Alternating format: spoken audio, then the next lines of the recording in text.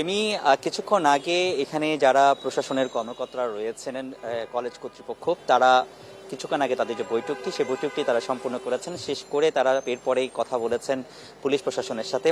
তো এরপর পরবর্তীতে তারা সেখানে আসলে আমাদের সাথে কথা বলেছেন এবং তারা যেটি জানিয়েছেন যে প্রশাসনের পক্ষ থেকে যেটি বলেছেন যে এই কলেজটি চালু করার ক্ষেত্রে, অর্থাৎ এই আগামীকাল তারা সেটি লক্ষ্য করবেন যে আগামীকাল আসলে তারা এখনো পর্যন্ত আগামীকাল বন্ধ রাখার একটা সিদ্ধান্ত তারা আসলে জানিয়েছেন, যেহেতু সেটি এখনো নোটিশ আকারে সেটি প্রকাশ করেনি।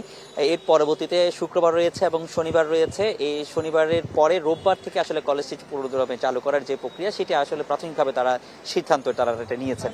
এবং এর পাশাপাশি আরেকটি সিদ্ধান্ত তারা যেটি নিয়েছেন যে এখানে যারা বহিরাগত, বিশেষ করে গতকালকের যে ঘটনা, সেখানে তারা যেটি বলছেন যে বেশিরভাগই ক্ষেত্রেই এখানে কারা এসছে বা কারা আছে, বিভিন্ন সূত্র থেকে তারা আসলে বহিরাগতের কথা বলছেন। তো এই ক্ষেত্রে কলেজে কর্তৃপক্ষ সিদ্ধান্ত নিয়েছে যে কলেজে আসার ক্ষেত্রে বা বহিরাগতরা যাতে এখানে আসতে না পারে, সেই ব্যাপারে তারা প্রবেশাধিকারগুলো নিয়েও তারা সতর্ক হবেন এবং এগুলো নিয়েও তারা বিশেষ ব্যবস্থা নেবেন।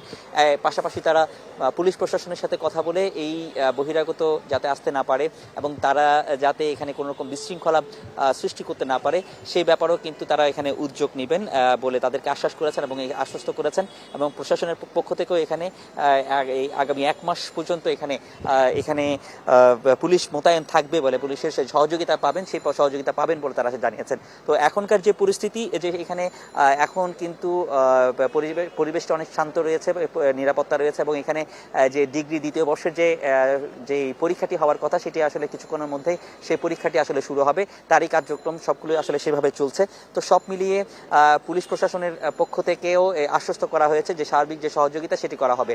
আর এর পাশাপাশি আরেকটি বিষয় আপনাদেরকে একটু জানিয়ে দিই, যেহেতু এখনো পর্যন্ত কোনো মামলা হয়নি এই ঘটনায়, কিন্তু তার আগেই দুপুরে ডাকসুর ভিপি সাদিক কাইম তিনি এসে কিন্তু এখানে পরিদর্শন করেছেন এবং যারা আহত তাদের সাথে কথা বলেছেন। সব মিলিয়ে তিনি পুলিশ সরাসরি সাথে কথা বলে, কমিশনের সাথে কথা বলেও অভিযোগ দিয়েছেন। সবকিছু মিলিয়ে এই বিষয়টি একটু সুষ্ঠু যাতে সুরাহা হয়, সে বিষয়ে কিন্তু এখানে এবং সুন্দরভাবে যাতে কলেজ পরিবেশ সুষ্ঠু থাকে এবং একাডেমিক যে কার্যক্রম সবগুলো কলেজগুলো ক্যাম্পাসগুলো যাতে ছাত্রদের মধ্যে এই যে সংঘর্ষ যাতে না হয়, এই বিষয়টি আসলে তারা নিশ্চিত করার জন্য রনি, আপনাকে ধন্যবাদ। দর্শক, চট্টগ্রাম সিটি কলেজ এলাকায় সংঘর্ষ পরিস্থিতির সবশেষ খবর জানাচ্ছিলেন সহকর্মী রনি দত্ত।